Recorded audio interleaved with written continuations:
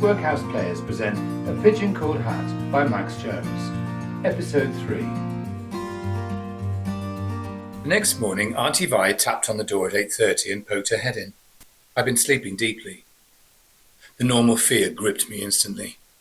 I nervously checked my pants and then the base sheet with my hands. Dry. I breathed out. Good morning, Philip. I hope you slept okay. Here's some tea, and there's breakfast downstairs when you are ready. You can have a shower if you like. A shower? They were only in films. Then we'll go and meet some of my friends. Well, I say friends. You'll see when you meet them. Anyway, no rush. Drink your tea and come down when you're ready. Later that morning, we headed off down the street to a small cafe at the bottom. I trotted along quite happily, taking in the Welsh translation on the signs. Everyone we passed spoke to Aunty Vi and would say hello to me when she introduced her great-nephew from England. To begin with, I thought she was saying I was great, and my small chest swelled. It wasn't until I was sat down with her 3 friends in the cafe that I worked out that great-nephew just described our family relationship.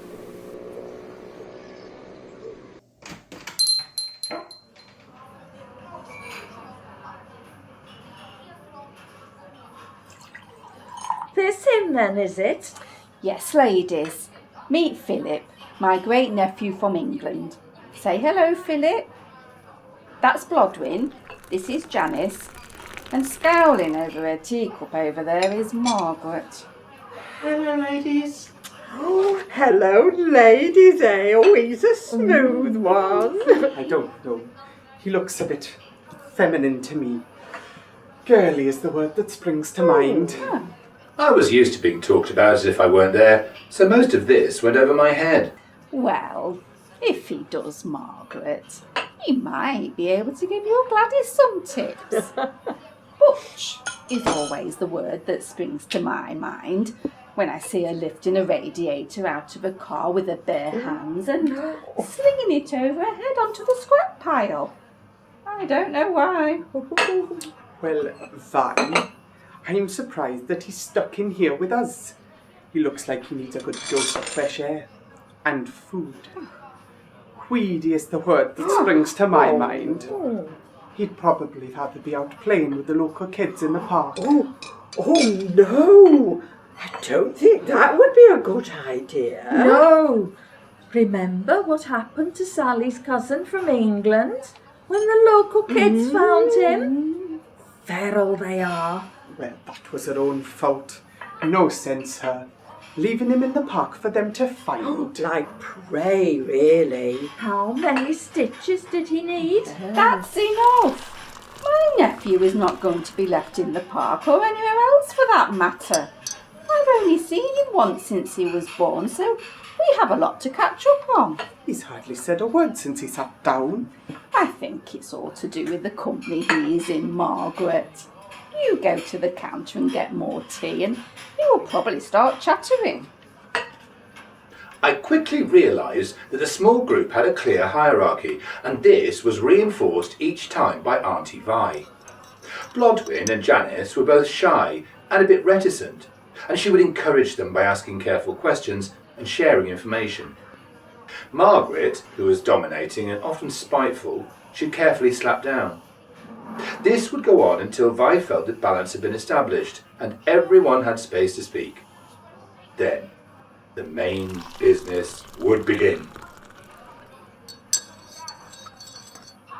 Now, in Wales, I discovered, the main subject of discussion is illness and disease, which was good for me because as a child I was similarly fascinated. I liked hearing about which disease, including symptoms and prognosis, each relative, or acquaintance of a relative, or relative of an acquaintance, distant friend, passerby who looks a bit peaky, had succumbed to. I listened to the pain-laden lives recorded in minute detail by Margaret, Janice and Blodwin. They would sit talking, enclosed in thick woolen coats, which they never took off, even in the steamy and stifling cafe. Heads encased in woolly hats, scarves pulled tightly to ward off the marauding bacteria. A group of women with one aim in mind, to see who had the best illness to discuss. Yes, it's cancer, they said. I heard from her sister's friend who was telling her friend on the bus. Not sure what type. I got off at the stop up the road to pop into Spa, so I missed that bit. But they both looked really sad about it. So, well, probably really serious. In general, any cancer diagnosis gave the speaker the floor for at least 10 minutes. A close relative with a newly diagnosed cancer could sometimes rate a double time allowance. Less if it was just an acquaintance. Closely following was TB and pneumonia. Psittacosis, whilst terminal, was so prevalent that it didn't really rate more than a few minutes. It also took a long time to kill someone, so unless you can bring out new symptoms regularly, well, its news value diminishes quickly. Heart disease scored a few points, roughly equivalent to a broken bone, and then there was a general mishmash of things that only got discussed if there was nothing better on offer. According to this group, most of the female population of Wales endured a lot of illness, but being stoic, still managed to raise their ailing bodies from their sick beds to knock up a few Welsh cakes for their man to enjoy down that pit. I was in seventh heaven. For the first couple of days, I just listened to everything. I put myself into the situations that were being described in such detail. More than that, I noticed how the main topics would only be discussed after Aunty Vi said, So, how are you? "And we're off." Oh, you know, so. Blodwyn indicated just how so-so she was with her tilting hand. Still very upset, as you can imagine. And tired with all of the caring on top of the job at Tesco. Yes. Sometimes I wake up in my chair after 4 hours and I don't even remember sitting down.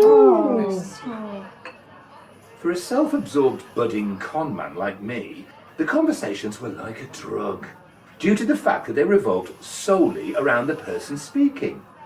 The dying relative or spouse were just the plot vehicle. Oh, I sometimes wonder how I carry on, you know, Vi. I mean, I'm not strong like you. And what with the distance I have to travel to see her each night, I know how much it means to her.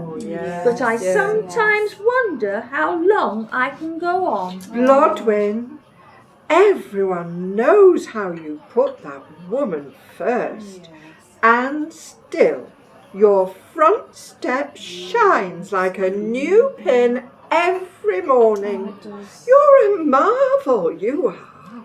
Well, no more than you, Janice, when your Gareth was taken bad and you had to cart your washing up the hill. I did. My ma used to say you were a saint with the way you never complained. See? It was about how the terminal diagnosis had affected the person speaking. Them. It was all about them. How the illness made them feel, worried them, kept them awake, meant that they were travelling 46 miles a day on different buses just to get to the hospital. And how, despite this, they expected no thanks. It was just what you do. Well, I always believed, you know, that when I said, for better or worse, that it included Gareth's family as well. I mean, you don't just marry the person, do you? No. So, I'll just keep on until I can't anymore. It's making me very tired, but nothing to what some people have to cope with. And then the others, led by Aunty Vi, would sympathise. Well, we all know how strong you're being, Janice. Oh, Yes. thank you. The poor bugger with the illness was hardly mentioned at all. Heaven. Perfect. By the Wednesday of that first week in Wales, I was washed, dressed, and waiting for Aunty Vi at the front door by 9 o'clock. I would drag her behind me as we headed to the cafe. But on the Thursday morning, as she was putting on her uniform of woolen coat, hat, and scarf, she turned to me and knelt down, looking me in the eye. Philip, has anyone ever said to you, do your stuff before? Just say what you're thinking. Mostly the opposite, Aunty Vi. Perhaps I should explain. Janice and Blodwyn are kind women, and I like them. I've less time for Margaret, but then she hasn't had an easy life. The thing is that though I like them, we've got boring as a group. Every conversation is the same, and it's hard to change it now because we've lost everything that we used to have in common. We need sparking up a bit. So, you've listened to us all week, and I know you've been quietly taking it all in. So time you spoke up. Do your stuff, great nephew, and make me proud. Let's hear about the life of an 8-year-old boy in England. Okay, Aunty Vi.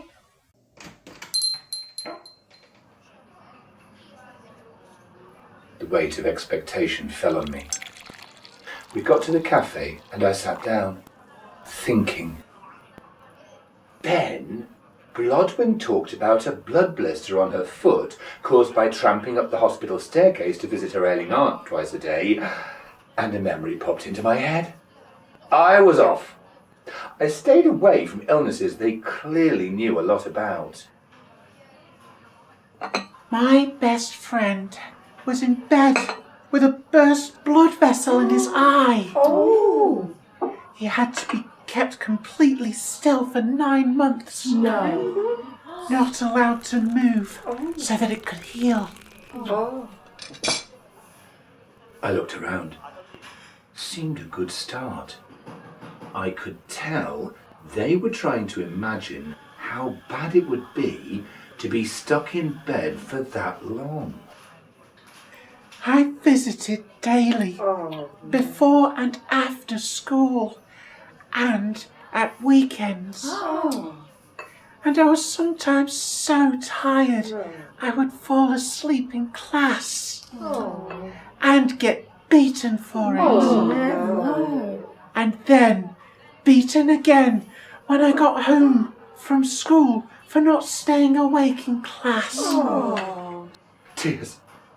I could feel tears coming. Tour de force. Oh, that's terrible. You poor lad. Her hand squeezed mine across the table, sympathising against the cruelty of the world, of a small boy caring for others. Then, just when my friend was finally getting better, just days away from sitting up for the first time in months, a spider dropped from the ceiling right into his mouth and made him sick. And he had to start all over again. Big tears. Imagine. How did you cope with it? How did I cope with it? I just told you my friend had eaten a spider.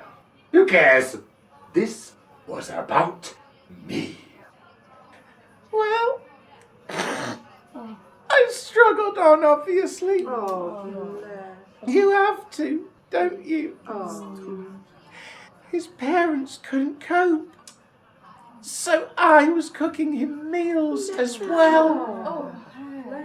An 8-year-old cooking food? A saint. I got all that story minus the embellishments from Maureen when I was eavesdropping on her and Mum in the kitchen. I had them gasping when I moved on to explain that It was the water being contaminated by farm waste that was causing all the disease in my village. thank you, Doctor Who. Margaret was sceptical to begin with, but even she was letting a silent tear fall as I described finding My little cat. Dead! From drinking the poisoned water. I had a small wobble when I was going to merge this with the heroic deeds of said cat in the fire. She died a hero because she had saved. But as I looked up, Aunty Vi gave me an imperceptible shake of the head, so... She had saved us from illness. I talked about putting him, her, in my special keepsake box as Dad buried her in the garden under her favourite tree and swore vengeance on the farmer. They all wanted to see the local paper when it was reported. Reading Tintin had made me want to be a reporter. I dropped that in at the end. We all left after an hour and a half, having had the best time. Blodwyn said quietly to Aunty Vi that I was the only person apart from her to keep Margaret silent for a full hour. On the way back to the house, Aunty Vi just laughed and laughed. She hugged me once we were in the door. You're a tonic and a half nephew of mine. Bryn is going to be in stitches when I tell him what you did today. He can't stand Margaret. Oh, her face. He'd have loved it. I don't think they believed me, Auntie. Well, not about all of it anyway. Who cares? Most of what they say is a total fabrication anyway. Only Margaret insists on sticking closer to the truth, and that makes her story so long-winded and boring, nobody listens anyway. You see, tomorrow they will be trying to outdo you. It'll be such a laugh. Now, let's have tea and get fat on cakes. You have been listening to A Pigeon Called Hat by Max Jones, featuring Anthony Weaver as Philip, aged 8, 15 and 20, Uncle Bryn, and Philip's dad.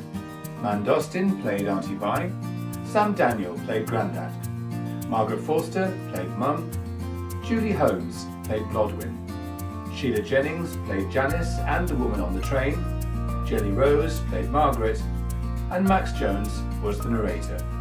It was directed by Sheila Jennings and recorded at the Old Nick Theatre in Gainsborough.